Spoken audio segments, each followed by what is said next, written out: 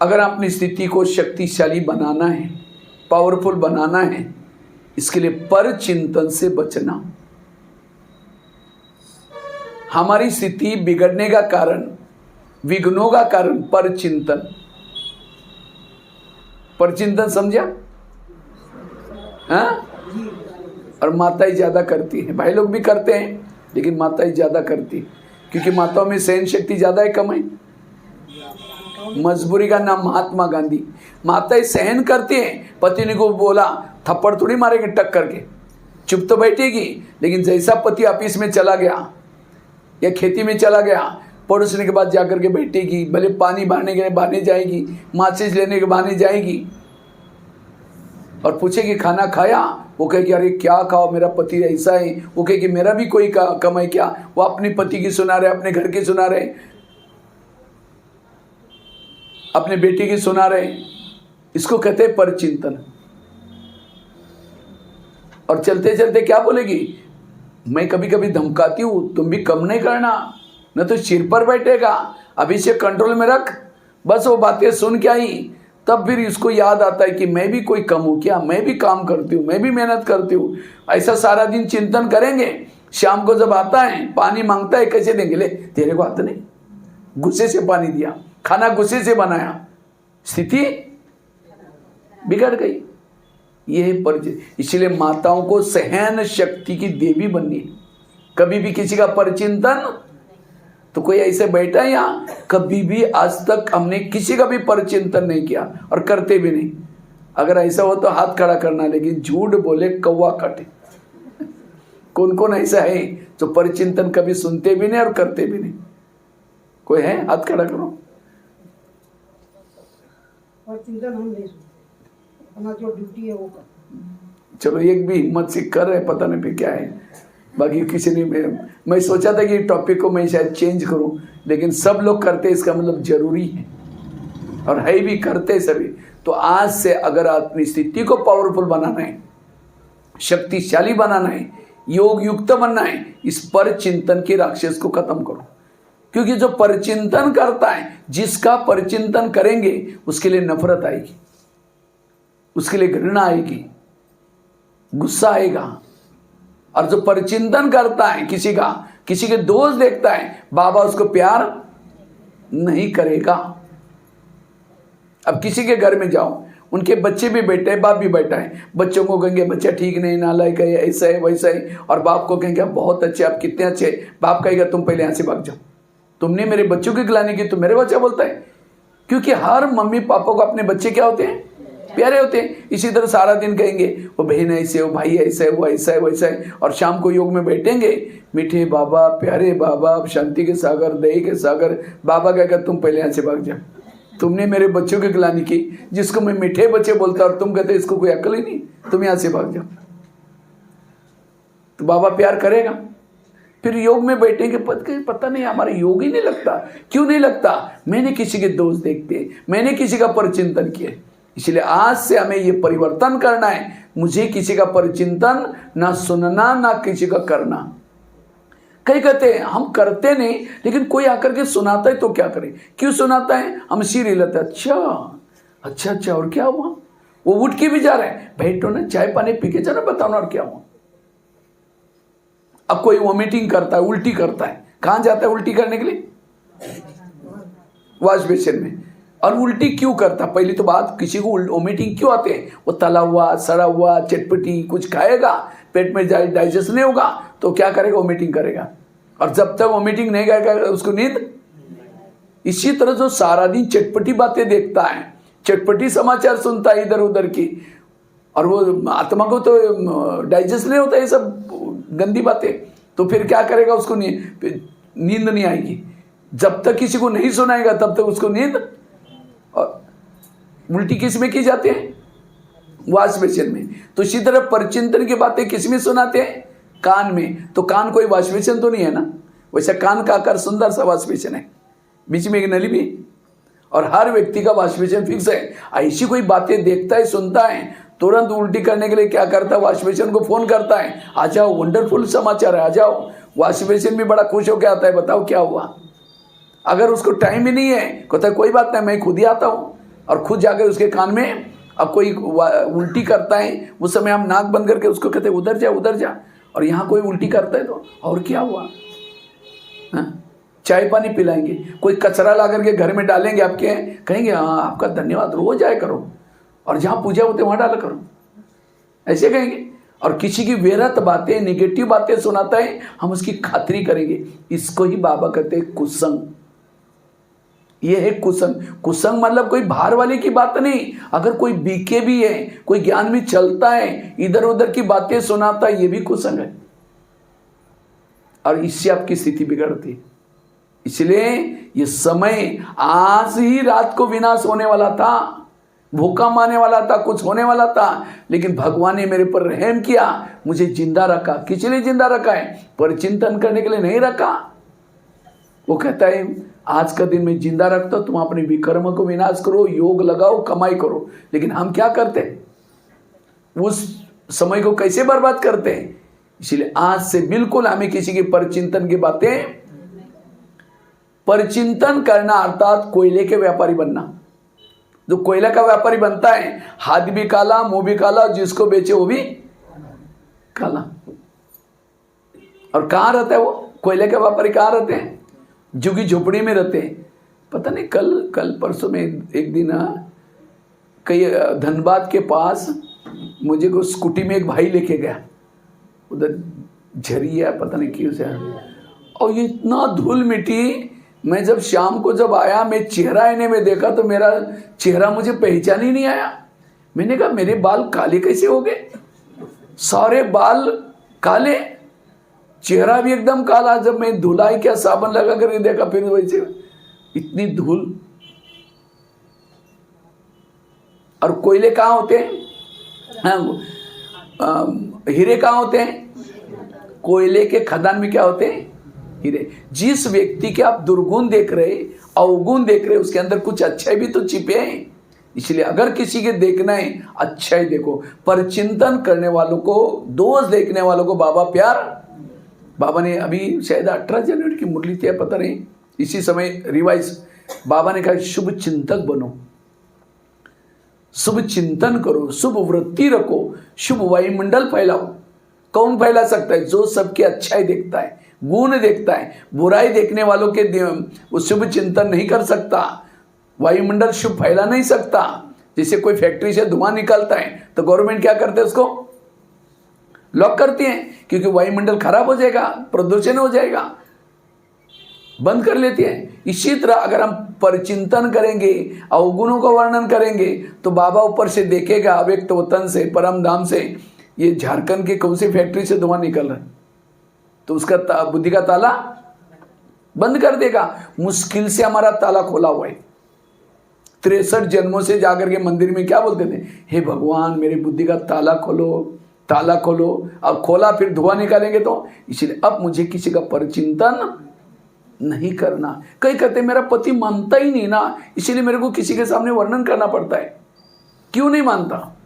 जैसे नाटक होता है, नाटक में सबको स्क्रिप्ट मिलता है, लिखत, भाई तुम्हारी ये डायलॉग है, तुम्हारी ये डायलॉग है। अब किसी के डायलॉग है गाली देने का, और दूसरे वाला कहेगा ये गाली वाला ना, आप बोलना नहीं। वो कहे कि मैं करूँ क्या करूँ, डायरेक्टर देख रहे। हाँ, अगर किसी को गाली भी देता है उस समय उसकी धड़कनें बढ़ जाती हैं। इसी तरह पति की स्क्रिप्ट अलग है, बच्चे की स्क्रिप्ट अलग है, आपकी स्क्रिप्ट अलग है। अब पति की गाली देने की स्क्रिप्ट है, तो जिस दिन गाली दी, योग में बैठेंगे बाबा को, बाबा आज इन्होंने कितना अच्छा पार्ट बजाया, मजा आ गई, बहुत अच्छा लगा। तो इसलिए उनका पार्ट है, उनकी लिखत है, इसलिए किसी का भी दोष नहीं है। इसलिए हमें परिचिंतन कीजिए। परिचिंतन करना अर्थात अपना गला काटना। बाबा कहते हैं सुदर्शन चक्र घुमाओ, और किसका गला काटो? माया का।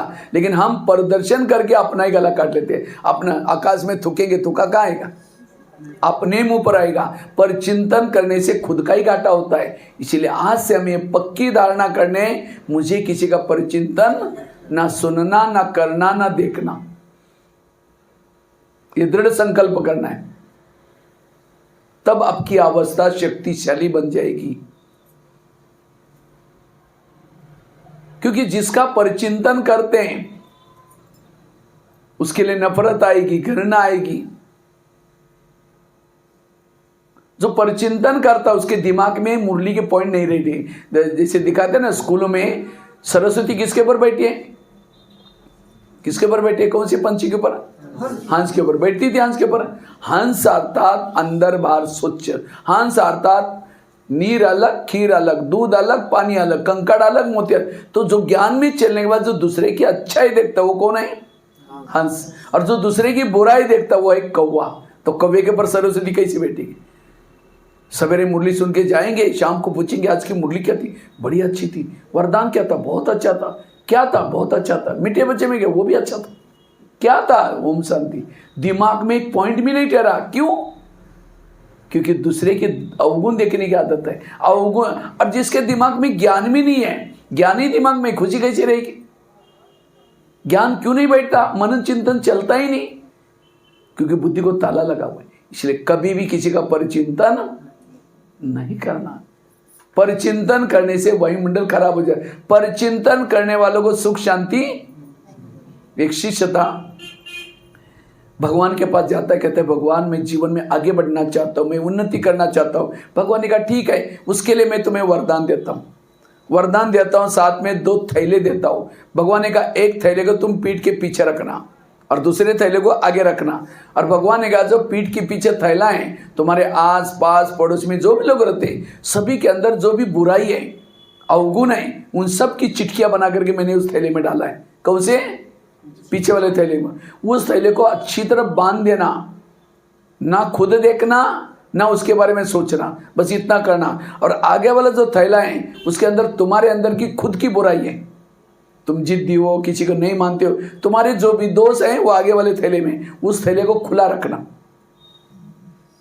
जब भी तुमको टाइम है, फुर्सत है, हाथ डालो मेरे अंदर क्या क्या बुराइयां हैं, देख करके उसको परिवर्तन करो, तुम्हें सुख शांति सब मिलेगी। जाओ, लेकिन थैले का ध्यान रखना।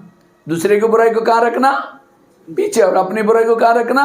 कहता है भगवान मुझे सुख चाहिए, शांति चाहिए, मैं ऐसा ही करूंगा जैसे आपने कहा। वो थैले लेके चला गया। कुछ साल के बाद वो शिष्य क्या करता है? पीछे का थैला आगे किया, माना दूसरे की बुराई को क्या किया? आगे किया, और उसको खोल दिया और हाथ डाल के देखता, अच्छा फलाना ऐसा ही, मुझे पता ही नहीं था। अच्छा ही मैंने देख लिया, अच्छा ही मुझे पता चला उसके बारे में। और अपनी बुराई को क्या क्या बांध करके पीछे रखा। लोग बोलते भी अरे भाई तुम ये ठीक नहीं, नहीं मैं ठीक हूं, उसके कारण ऐसा होता है। जैसे उसने थैले उल्टे के, वरदान उल्टे हो गए और ही दुखी हो गया, अशांत हो गया, परेशान हो गया। फिर भगवान के पास आता है, कहता है भगवान मुझे सुख मिला ही नहीं, मुझे शांति मिली नहीं। भगवान ने कहा अच्छा तुमको जो मैंने थैले थे उसको कहाँ रखा था?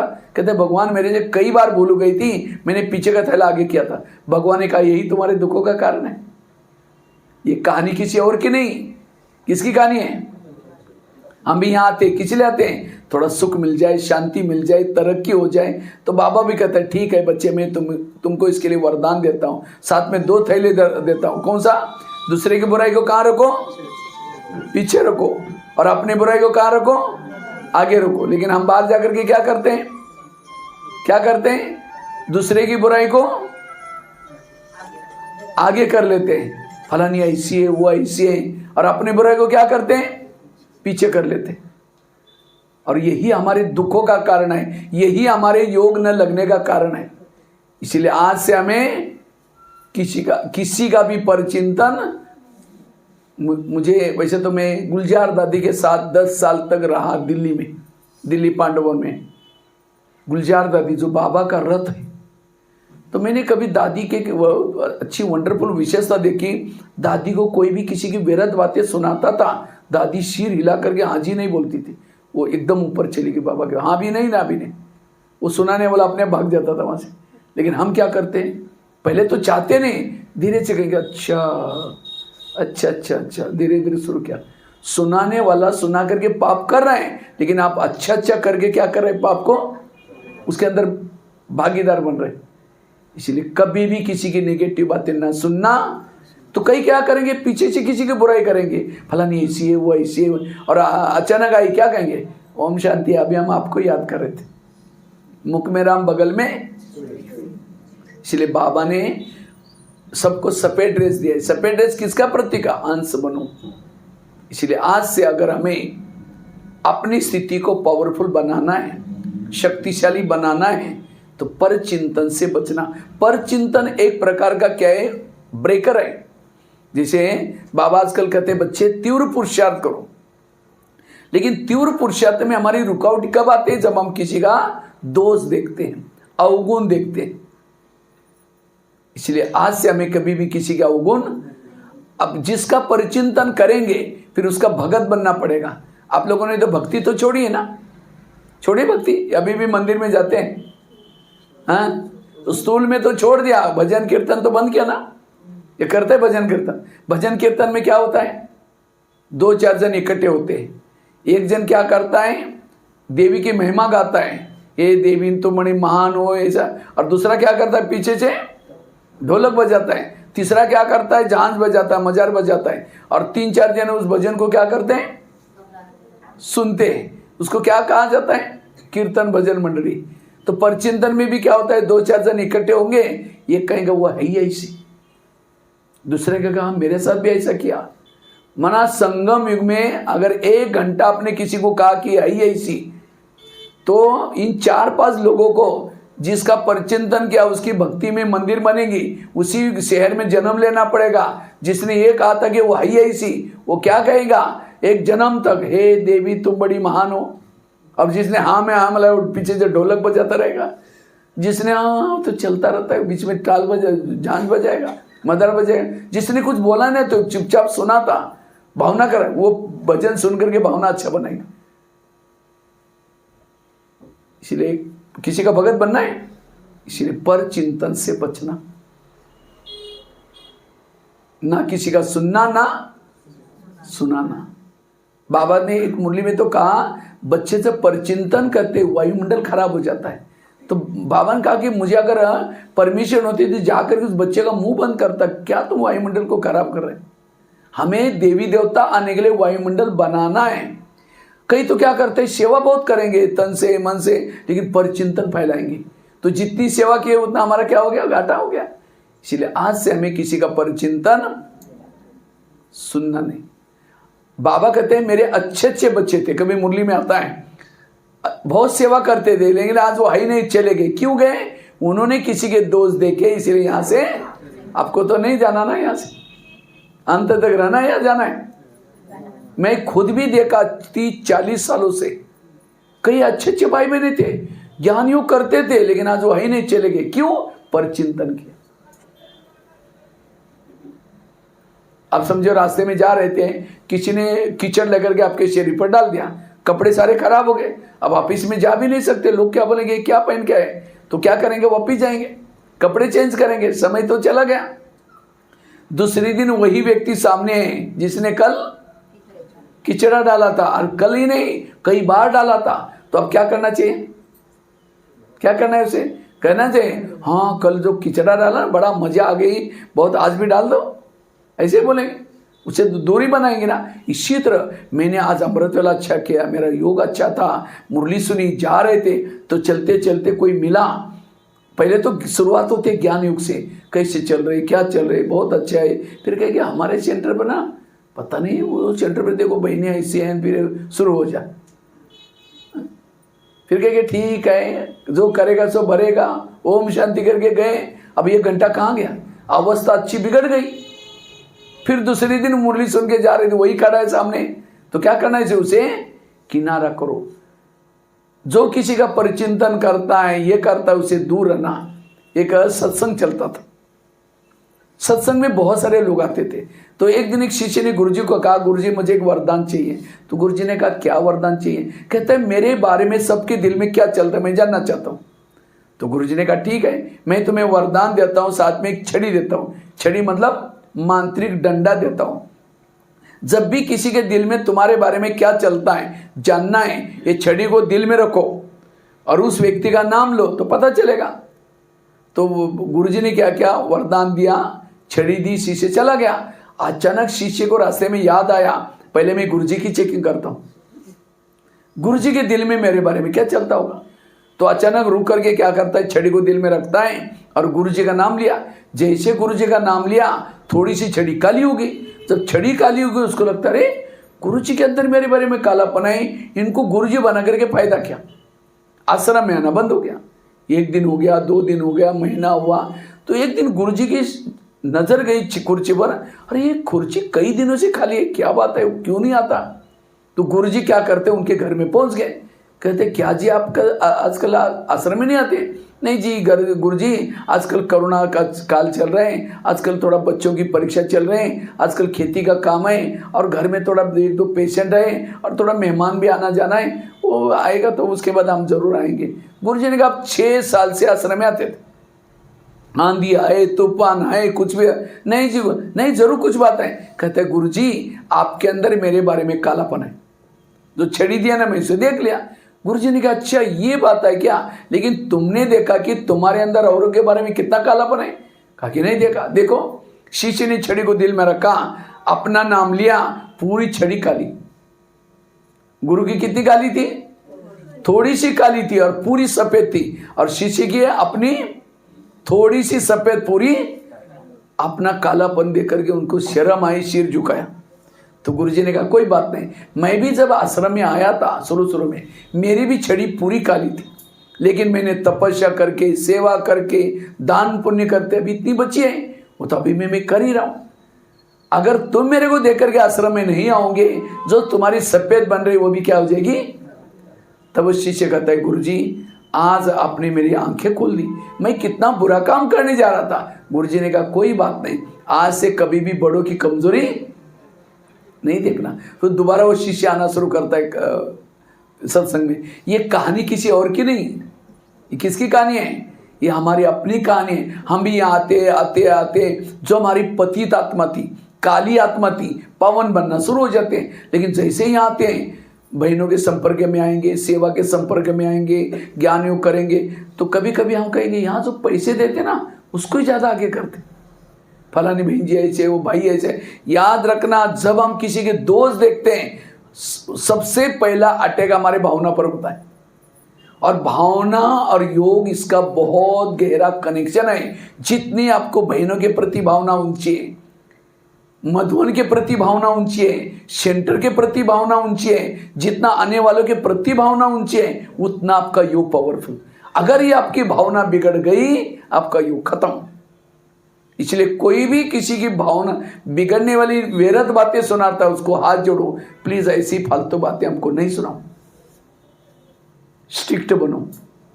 इसलिए पर चिंतन, इसलिए कई बार मुरली में पॉइंट आते हैं, बच्चे झगमुई नहीं करो, बच्चे पर ये बाबा क्यों बताता है? इससे हमारी स्थिति बिगड़ जाती है। इसलिए अगर अपनी स्थिति को बनाना है, आज से पक्का करना है, इस भट्टी में क्या करना है, आज से मैं किसी का भी परचिंतन न करना, ना सुनना, ना सुनाना, क्योंकि ये समय परिचिंतन करने का नहीं है। ये समय अपने स्वार्थ सफल करने का है, ये समय अपना विकर्म विनाश करने का है। कहते एक शिष्य था, एक यात्री था, वो यात्रा करने के लिए जा रहा था। यात्रा करते करते उसकी यात्रा जंगल से शुरू हो गई। जब जंगल से शुरू हो गई, उसको डर लगने लगा। पहले तो उसकी यात्रा अच्छी गई, लेकिन अचानक जंगल शुरू हो गया। अब उसको डर लगता है कहीं शेर ना आ जाए, चीता ना आ जाए। डरता हुआ वो यात्री यात्रा कर रहा था, तो अचानक पीछे मुड़कर देखा तो एक शेर उसके पीछे लगा। अब उसको लगता है शेर से बचने के लिए दौड़ता है, पीछे मुड़ता है, फिर दौड़ता है। दौड़ते दौड़ते एक कुएं में गिर गया वो। अब जंगल में कुआं था, अंदर बेलपतिया झाड़ी थी। जैसा कुएं में गिरा, और वो नीचे भी नहीं गिरा, बीच में बेलपति पर लटक गया। उसको जान में जाना या अच्छा है, मैं शेर से क्या हो गया, बच गया। उसको लगा शेर तो भाग गया होगा आगे। जैसे ऊपर शेर करके देखा, शेर ऊपर से नीचे देख रहा है। वो यात्री कहता है मैं ऊपर आऊंगा नहीं तो मेरे को क्या खाएगा। इतने में उसको लगा देखता हूँ पानी कितना है। पानी देखने के लिए शेर नीचे किया, एक बहुत बड़ा अजगर मुंह फैलाकर उसके तरफ आ रहा था। अगर वो अजगर से बचने के लिए ऊपर जाता तो ऊपर कौन है, शेर। इतने में उसकी नजर गई जिस बेलपत्ती पर वो लटका है, उसको 2 चूहे काट रहे थे। एक बाजू में सफेद चूहा, दूसरे बाजू में काला चूहा। अगर वो बेलपत्ती कटती, कहां वो गिरता, अजगर के मुंह में। अब उससे पहले कटने से पहले ऊपर जाता तो शेर के मना। उस यात्री को चारों तरफ से क्या थी, मौत थी। वो जिंदा नहीं बच सकता था। तो उस यात्री का फर्ज क्या था? जितने भी श्वास उसके रहे सफल करके भगवान को याद करके सफल बनाए। लेकिन उसके बजाय वो यात्री क्या करता है, ऊपर से गिरने के कारण मधुमक्खियां बैठी थी, उड़ के गई थी और उसका शहद नीचे टपक रहा था, वो शहद लेकर के चाटने में मस्त हो गया। उसका फर्ज क्या था अपने, ये कहानी भी किसी और की नहीं, किसके है? हमारे। हम भी यात्रा करने के लिए ऊपर से आए थे, सतयुग त्रेता द्वापर कलयुग में भी लास्ट तक भी हमारी यात्रा अच्छी गई। अब हमें यात्रियों के पीछे कौन लगा हुआ है? ये विनाश रूपी शेर लगा हुआ है और इसे कोई बचने वाला। ऊपर से बॉम्ब्स हैं, ज्वालामुखी फटेगी, पूरी धरती फटेगी, शहर के शहर जाएंगे जैसे अजगर का मुंह।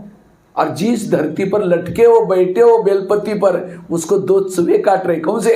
सफेद चूहा है दिन, रात है काला चूहा। पता ही नहीं चलता आजकल दिन कब गया और रात कब गई। जैसे लगता है 1 घंटे का दिन है और रात हो गया। हम कहते हैं हमारा बर्थडे हो गया, हम इतना साल के हो गए। इतने साल के होंगे नहीं, हम अभी हमारी इतने साल, हम मौत के नजदीक जा रहे हैं। तो हमारी श्वास कैसे? अभी गिनती के श्वास है। तो हमारा फर्ज क्या है? जितने भी श्वास रहे बाबा को याद करके। लेकिन उसके बजाय हम क्या करते हैं? परचिंतन करने में, तेरी मेरी करने में व्यर्थ गवा रहे। इसलिए आज से हमें किसी का परचिंतन नहीं करना, पर चिंतन से बचना, तब अवस्था अच्छी बनेगी। और उसके लिए मैंने काफी सारे टोटके अच्छे अच्छे बताए। धुआं नहीं फैलाना, कान के अंदर उल्टी नहीं लेना, कोयले का व्यापारी नहीं बनना। कितनी अच्छी अच्छी बातें सुने। अगर इस टोटकों को भी याद रखेंगे और भी वो छड़ी वाली कहानी सुनाई, साथ में थैले वाली कहानी सुनाई, कान में कभी उल्टी नहीं लेना, अगर ये टोटके भी याद रखेंगे तो परचिंतन से बचे रहेंगे। जो परचिंतन करता है, प्रदर्शन करता है, वो परोपकारी नहीं बन सकता। वो दूसरे को वो उपकार किसी को सुना ही नहीं सकता, क्योंकि वो खुद परचिंतन करता है। इसलिए परचिंतन प्रदर्शन से मुक्त बनना। सभी आगे हाथ करके प्रतिज्ञा लेंगे। सामने आगे हाथ करेंगे। प्यारे बाबा, ये संगम युग चल रहा है, ये संगम युग का अनमोल समय चल रहा है। आज से हम कभी किसी का परचिंतन नहीं करेंगे, परचिंतन से मुक्त रहेंगे। कभी भी वायुमंडल को खराब नहीं करेंगे, वायुमंडल को शुद्ध रखेंगे। किसी के दोष को देखते हुए भी नहीं देखेंगे, परचिंतन से मुक्त बनेंगे। ओम शांति। तो शिवरात्रि में यही बलि चढ़ाओ, किसकी? परचिंतन से बचने। तब आपकी स्थिति, अभी आ रहे हैं ना शिवरात्रि, तो शिवरात्रि में क्या गिफ्ट दो? परचिंतन नहीं करना, तब बाबा खुश हो जाएगा। ये है अक का फूल, ये अक के फूल चढ़ाओ, वो अक के फूल से नहीं, लेकिन ये अक का फूल। ठीक है। ओम शांति।